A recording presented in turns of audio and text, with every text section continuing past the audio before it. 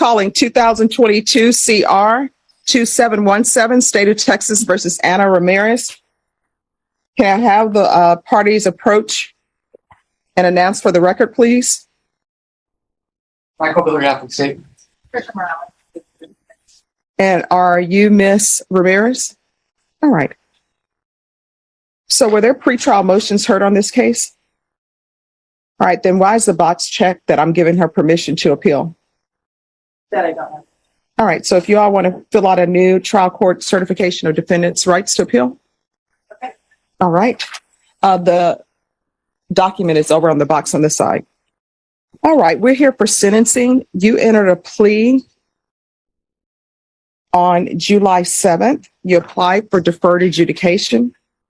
According to the plea bargain agreement, punishment is to be assessed at 4 years in the prison, and the state is remaining silent on your application for deferred adjudication. Have both parties had a chance to review the PSI report, state? Yes, Your Honor. Defense? Yes. Any objections to the PSI report, state? No, Your Honor. Defense? Just a few factual corrections. Yes.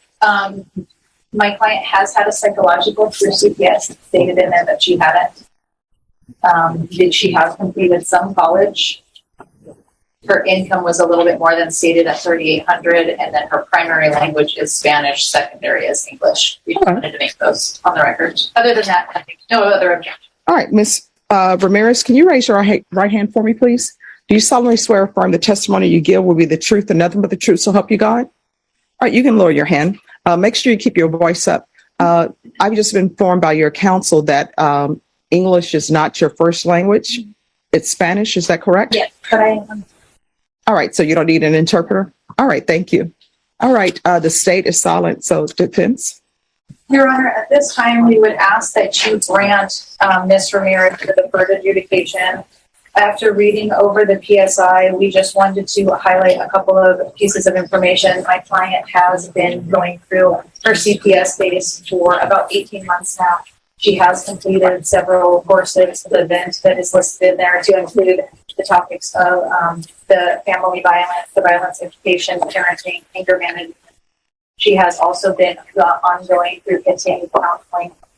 She was going through Mr. Carlos Castillo until just the last July.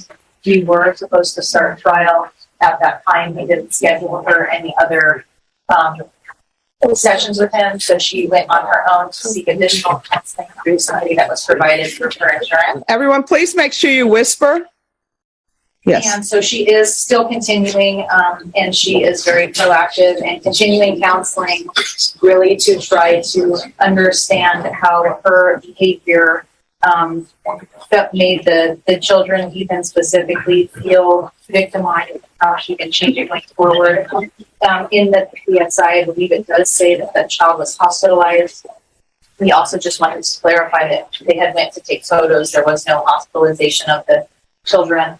And in addition to that, Your Honor, we just wanted to also highlight that although the PSI it seems to highlight specifics of one side of the story, there was also no mention in there about Miss Nancy Kellogg stating that the injuries did seem from Evelyn as consistent with the bite and the iron and not of abuse, as well as Evelyn did not make any outcry and when specifically probed about what Ethan had stated, had given a completely different version of the events.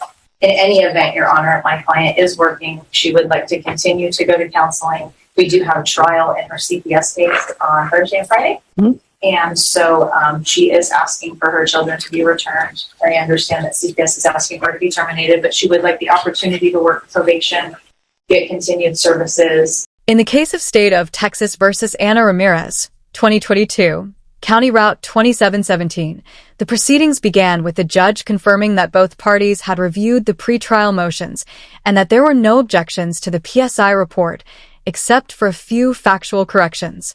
The defense highlighted that Ms. Ramirez's primary language was Spanish, her income was listed incorrectly, and that she had completed some college. These details were placed on the record. The judge then turned to Ms. Ramirez, confirming that her testimony would be in Spanish and ensuring she understood the importance of truthfulness. The defense counsel requested the judge grant deferred adjudication for Ms. Ramirez. The argument was based on the fact that she had been actively participating in counseling and had taken numerous Stipulations, and this is what you stipulated to. It says that the victim, which is one of the children, made an outcry at school of abuse while at home. R1 said that victim 2 was found to have a large welt on his left upper thigh as a result of being struck by his mother. R1 said that his sister goes to the same school as victim 2, and she was also interviewed by school staff. It was discovered that victim 1 had bruising on both inner thighs and also had a burn mark to her right inner thigh that she said was from a steam iron. R1 said that when asked how she was injured, victim 1 said that she fell off her bike. R1 said that victim's injuries were not consistent with falling off a bike. R1 said that victim was asked how she got the burn mark. R1 stated that victim 1 stated that her mother told her to unplug and put away a still hot steam iron, and she accidentally dropped it on her leg, causing the stated burn. So, are you saying that you didn't cause any of these injuries to the children? No. On her thigh, I actually didn't see her fall off her bike. I want to talk about the welt mark from the other child. Ethan. Yes. So on Ethan, when I asked him in front of the caseworker what were they referring to, all he did was just lift the pants that he had on, and all you saw was notice was the bruise on his lower leg. So are you saying you didn't do it? I didn't strike him with a belt. All right, and then on the PSI report on page 4, it says, Ms. Torres stated Ethan spoke of being in a closet for hours at a time. He feared of what would happen if he came out. He stated he was scared, bored, and hungry. He stated some of his siblings would check on him and play with him. He also spoke of a time when his mother choked him off the ground for losing his church book and slapping him. He spoke of being hungry and his mother not feeding him. So if none of this is true, why did you enter a plea? Why not go to a jury trial? Because of communication that we've had with the children's attorney. We created advisors on responsibility. No. Do you want a jury trial? We'll give you one today. We have a jury outside. That'll be here at 1:30. You want a jury trial? That's either yes or no. No. All right. Is there anything else from either side? All right. And defense, do you feel that your client's entering into this plea bargain agreement was voluntary? Yes. All right. And Ms. Ramirez, was anything offered to you other than the plea bargain agreement? That my friend. Yes. All right. All right. If there is nothing else for either side, the court is going to deny the application, find you guilty. There's an affirmative finding of family violence. The court will sentence you to $1,500 fine, time, and money to run concurrent. And the court will sentence you to 4 years in the prison. I'm going to show you what's entitled Trial Court Certification of Defendant's Rights to Appeal. Because this is a plea bargain agreement, because I followed your plea bargain agreement, and because you waive your right to appeal, you do not have the court's permission to appeal. Because this is a felony conviction and an affirmative finding of family violence, you're not allowed to own or possess any weapons or ammunition. If you have a question over what a weapon or ammunition is, you'll need to speak to an attorney. Do you understand? All right, good luck to you. Judge, we do have victim impact on this case, and I believe it's here. All right. All right, so here's the thing, everyone. I require that everyone treats everyone with respect. Just internalize what's being said. You may proceed. Thank you, Your Honor. Narrative in which Ms. Ramirez had been proactive in seeking help. The judge appeared to stay composed, thoroughly reviewing the facts without getting swayed by emotional statements. The defense also pointed out discrepancies in the PSI report, arguing that some of the claims, like the child's hospitalization, were overstated and that there was evidence suggesting the injuries were consistent with an accident rather than abuse. The defense further emphasized that Ms. Ramirez was working, wanted to continue with counseling, and was requesting the return of her children, despite CPS recommending termination. The judge listened intently and has been with me, Everyone, please be quiet. and I have noticed a big change in him. He is a wonderful boy, caring and loving. to say the least. There is not much I can say about him and what he has done for me and my family. However, it was not easy to come to this point in our lives. When Ethan was placed in my care, he had some challenges that we both had to overcome. His behavior was all over the place. We had good days and bad days. He would tell me experiences he had grown up and tell me how he was treated when he was at home. He would talk about his brothers and sister. When he felt like he did something wrong, he would go to his closet or his bedroom and stay in there until I was able to locate him and explain to him that I was not asking him to go there and there was no reason to go in there. I told him he could come out so that we can talk about what happened and see if we could find a solution to what happened, because going to the closet and bathroom was not the solution to the problem. Ethan would be defiant when he was first placed in my care. We had a couple of issues at daycare the first couple of weeks. Nothing concerning that they had to call me to get him or that he had to be expelled. He was able to complete daycare until school started in the fall. When I would take him to see his mom and siblings, it was a bit of a struggle because he didn't really want to go. And when I picked him up, he would be distanced with me. It would take a couple of days before he would be open to me and listen. Also, he would appear to be quiet and sad. When I would ask him to help around the house, he would just go to his room and wouldn't help me. After a couple of days, he would come around and start to help and would be helpful and loving and would be more affectionate. As times went on, he got comfortable with me and my parents. He would call my mom and my dad Mima and Grandpa D. He would look at them as his grandparents and would enjoy going over there to visit them.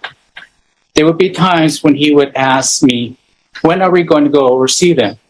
He would even ask to spend the night as well. He loved going over there. He had stability and opportunity to see what family life can be. This summer, he also experienced his first flight. We took him to Nebraska for my nephew's wedding, who we referred to as his new cousin. He saw another side of a family, and they also treated him as one of their own. He had a great time.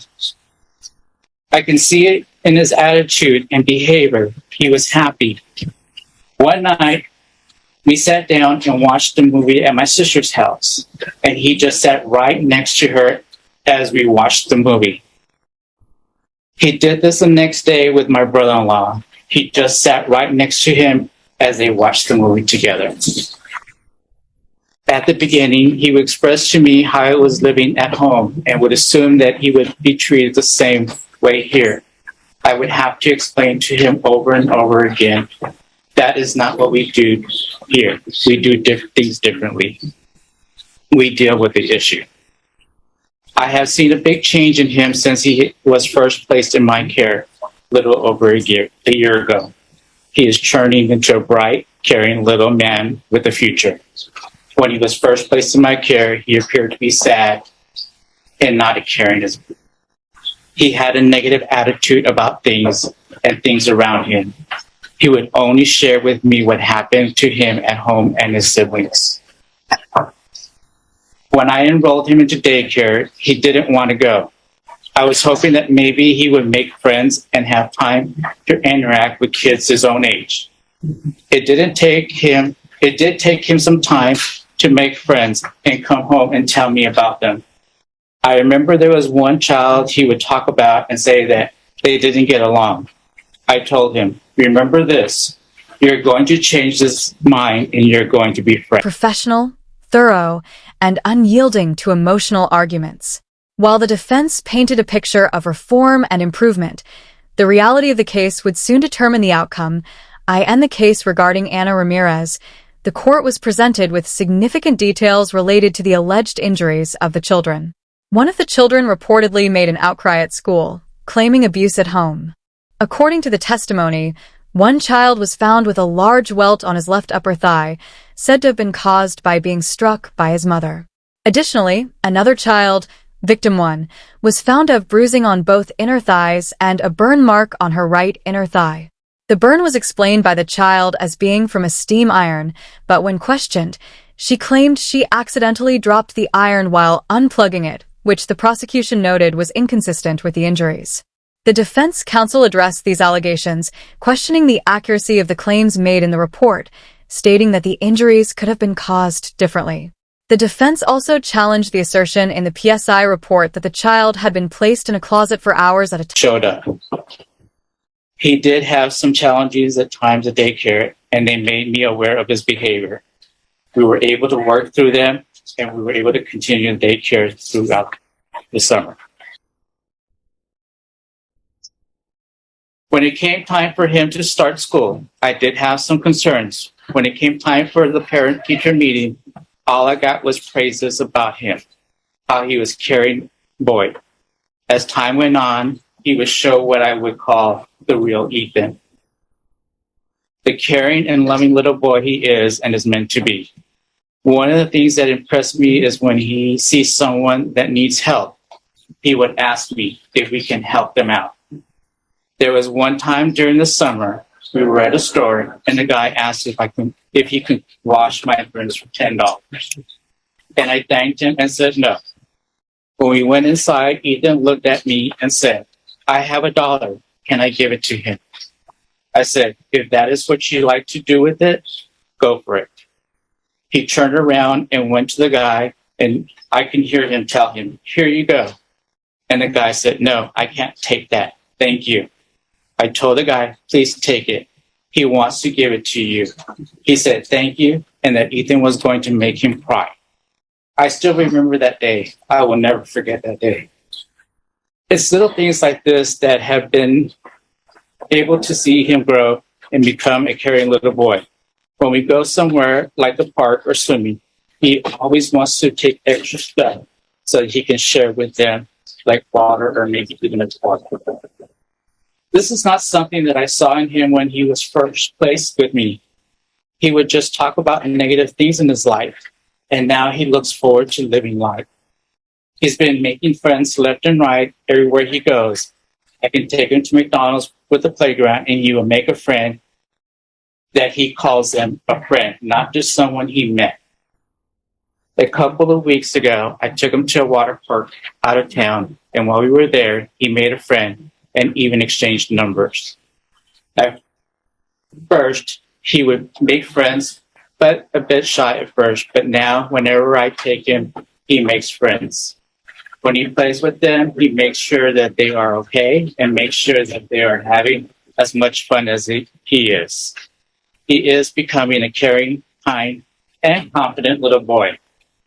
He is seeing that the world around him isn't always full of negativity and that he can be and is loved unconditionally. Thank you so much, and thanks for taking care of him. All right. Thank you. All right. The court is calling 2022 CR 7879, State of Texas versus Linnea Ray. Could I have parties approach and announce for the record? Catherine Pollard for the state. And are you Linnea Ray? Yes. Okay. Counsel, I'm showing you the discovery acknowledgement. Have you received all the discovery in this case, and did you review it with your client? I have, Your Honor. Court will find that the state is in compliance with discovery. You understand you're charged with the offense of injury to a child as a third-degree felony. The range of punishment is anywhere from 2 to 10 years in prison and up to $10,000 fine. Did you understand? Yes, ma'am. Counsel, has your client been able to provide you with any defenses? Yes, Your Honor. Do you believe she has a rational as well as a factual understanding of the charges against her? I do, Your Honor. Do you believe she's currently competent and was legally sane at the time of the offense? I do, Your Honor. According to the plea bargain agreement, punishment is to be assessed at 4 years in the prison. There's a $1,500 fine. There's an affirmative finding of family violence. The state recommends community supervision. Did you understand with an affirmative finding of family violence, you're not allowed to own or possess any weapons or ammunition? Yes. Did you understand with an affirmative finding of family violence, you're not allowed to be designated as primary custodial parent? Yes, ma'am. Did you understand that to be the entirety of your plea bargain agreement? issued an affirmative finding of family violence and imposed a sentence of 4 years in prison, along with a $1,500 fine. The court also noted that Ms. Ramirez would not be allowed to possess any weapons or ammunition due to the family violence conviction. Ms. Ramirez was informed of her rights and the limitations imposed by her plea agreement, including the waiver of the right to appeal. As the proceedings came to a close, the judge maintained a steady and professional demeanor, ensuring that accountability was upheld despite the defense's attempts to deflect responsibility. The court's focus Yes, ma'am. is that the entirety of the plea bargain agreement? Yes, Judge. State? Yes, Judge. Next, I'm showing you outside the plea bargain agreement, the state is requesting that your community supervision be for a term of 4 years. There be 150 hours of community service restitution, no harmful or injurious contact with Sky Ray, anger management, and parenting classes. Did you understand those are recommendations from the state and the court does not have to follow those recommendations? Yes, ma'am. Then to the offenses charged in the indictment, how do you plead? Guilty, not guilty, or no contest? No contest. State any evidence. Yes, Judge, we'd offer what's been marked as State's Exhibit 1. We've reviewed the document, have no objections, Your Honor, other than as modified.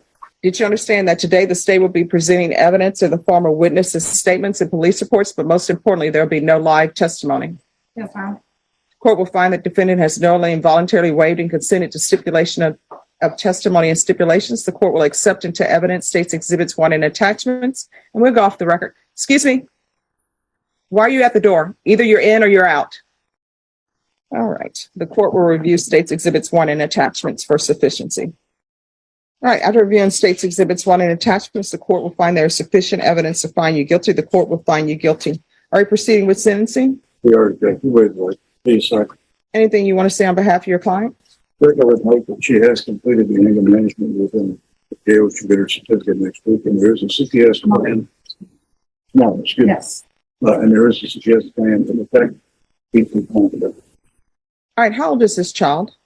My daughter just turned 5 this year. All right. So why would you be hitting your child because she doesn't want to eat? I'm lost control. But you said in the police report I'm reading, you said that you didn't want her anymore. So I don't understand this. I don't understand someone repeatedly slapping a 5-year-old for not eating. So what do you think that did to her day? I'm sorry? I mean, what did that do to her day? So she's at a restaurant, probably a restaurant that she did not choose to go to, and you're slapping her, according to you, because she won't eat food, and then you're pushing the stroller. I'm assuming you're pushing it angrily because then the people at the restaurant said you told her and told everybody you didn't want her anymore. Your Honor, if I may, this event occurred in the dining area of the Havens for Hope. Yeah. It's not in it. Well, that's even worse. Because one, you now have a child who's staying at Haven for Hope. And I don't think she bought into, hey, let me be born to this mother where I'm placed at Haven for Hope. So where is the child now? My son's grandparents.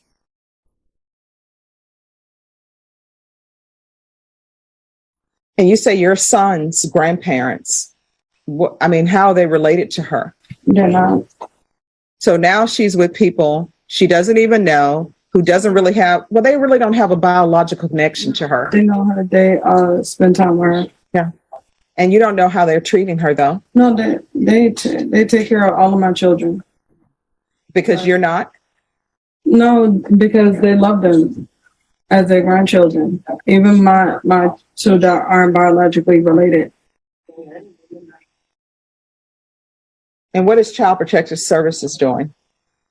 I agreed to allow her to stay there till I successfully complete my program.